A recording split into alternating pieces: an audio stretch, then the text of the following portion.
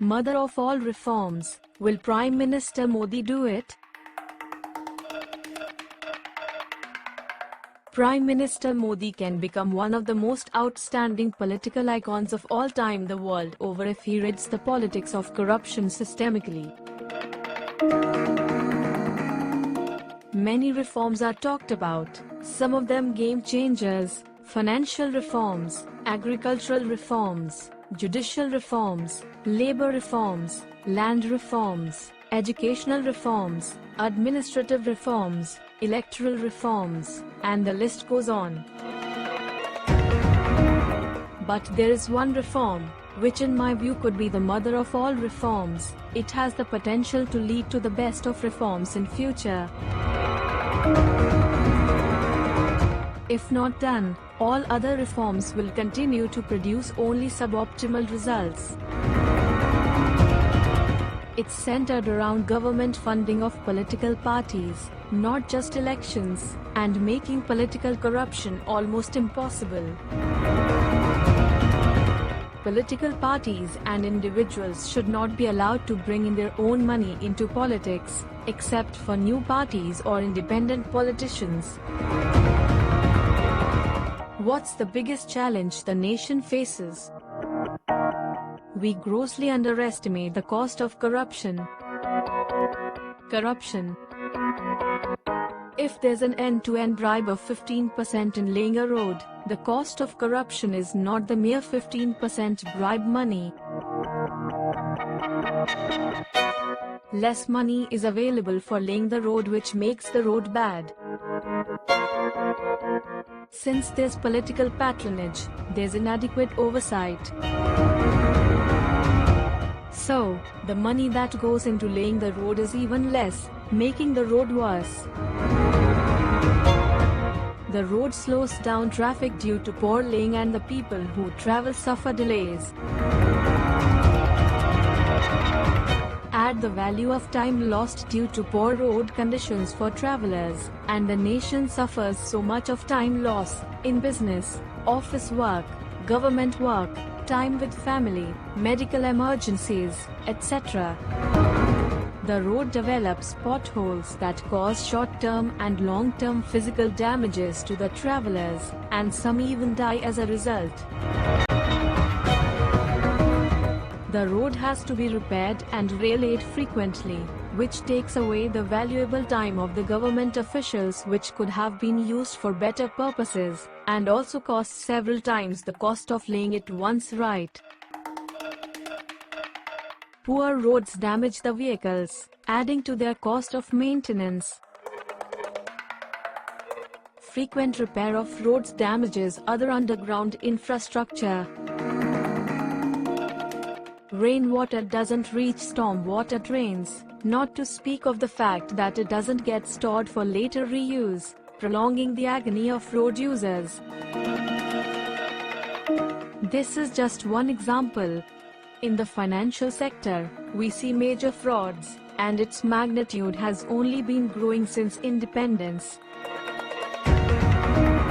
But for the connivance of the politicians, bureaucrats and bank officials, it's very unlikely that these frauds would take place.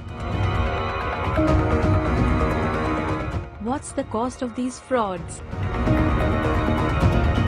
The obvious accounting cost runs into lakhs of crores of rupees, but the hidden costs, again, are several times this.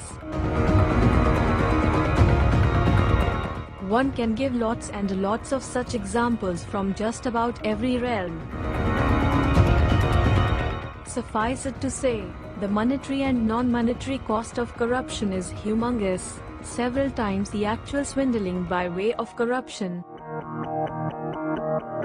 Unless we strongly believe that corruption should be completely rooted out of our society, come what may, we are likely to keep complaining about it forever, without any solution. Homeopathic doses of medicines we are administering won't work. Major surgery is called for. Given the huge government spend every year at stake, it is but natural that corrupt enter politics and take control of the money.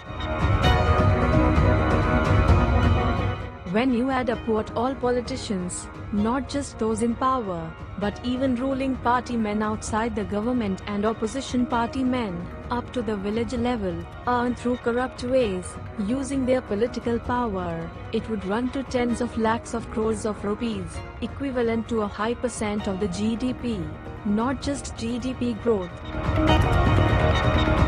If we plug just corruption substantially, with no other reforms, our GDP will be automatically above 10%. Money helps the corrupt come to power and stay there. Competent and honest can't spend that kind of money, and so they can almost never come to power. This is a vicious cycle. Though we blame the politicians, the problem is also systemic. Even well-meaning people may behave no differently if they taste power. AAP, which entered politics promising to clean it up, is an example. How do we change this system? We need a political reform by which most of the wrong people would find it unviable to be in politics, and many competent and well-meaning people would enter politics.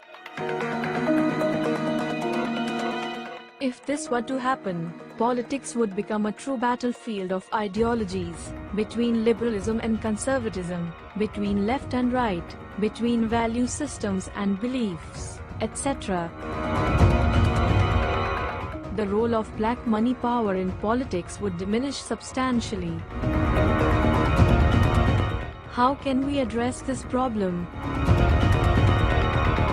We have been talking about government funding election expenses. I think this would be grossly inadequate. Political parties don't come into existence at election time and vanish after elections. They need grassroots level leaders and workers to work for them all through the electoral term. Unless their livelihood is also taken care, corruption will continue. Since the cost of corruption is several times the bribe money, which itself should average around 10% at least, we can allocate a small percent of the national, state and local body budgets, say 1%. But can be debated and arrived at, in funding political parties, not just for elections, but also all their costs all through the year. It can be based on a combination of factors like percent of votes polled in previous elections, the number of seats won, etc. In fact, this move will save a lot of money for the government, as it will plug the larger bribe holes. Once this is done, political parties and individuals should not be allowed to bring in their own money into politics, except for new parties or independent politicians. If any party/individual violates it, the punishment should be so stringent that they dare not even think of doing it. Now comes the important judicial reform that should go with this electoral reform. The position would typically help PMs make financial and non-financial gains only if they indulge in corruption, or permit others to indulge in corruption, as it happened in the case of Dr. MMS. Corruption should be enacted as a crime worse than murder, and punishment should be life imprisonment. It is justified because it's a crime against the state and all its people. Once the prima facie case is established, the onus should be on the accused in such cases to prove one's innocence. SC, in the case against Shashikala, has already set the precedent that in DA cases, the onus of proof is on the accused. False complaints should also be treated as equally grave offenses, discouraging anyone from making false allegations against honest politicians. Corruption in the judiciary and bureaucracy should also attract similar stringent punishment. Some of the ancient kings used to treat corruption as worse than murder, and those found guilty, whether ministers or officials, were punished severely, and some were even hanged. This will disincentivize corruption so much that corrupt will stay away from politics. And honest and competent will have nothing to fear. Once this reform is done, it will be almost impossible to set the clock back. And the competent and committed politicians who come on stage will bring in the best of reforms, and make them work without leaks. GDP growth is most likely to go beyond double figures, with most holes plugged. Imagine an India where there's almost zero corruption, all public infrastructure well built and maintained, people's interests taken care, foreign investment coming in, industries growing, making India look and feel like Singapore. That's possible with this reform. This is why I consider this the mother of all reforms. There can't be a better time to make this reform than today. The one major reason why almost no PM would dare do this is because they would typically be affected too. PMs remain in power because of the support of their party members and allies. Surely most politicians won't like this. The position would typically help PMs make financial and non-financial gains only if they indulge in corruption, or permit others to indulge in corruption, as it happened in the case of Dr. MMS. Modi got a massive mandate recently, mostly due to the faith people reposed in him personally. So, MPs, MLAs, party members and allies can't dictate terms to him. He's one of the few PMs who have no family or friends to take care of while in office. He's dedicated his life for public service. He also wants to leave an indelible impression about his contribution to building a modern India. If there's one major impediment in accomplishing this, it is corruption. Modi 1.0 was substantially successful. Modi 2.0 can transform politics in India forever, and even set a gold standard for politics the world over. He can become one of the most outstanding political icons of all time the world over if he rids the politics of corruption systemically. Will he do it? Let's hope he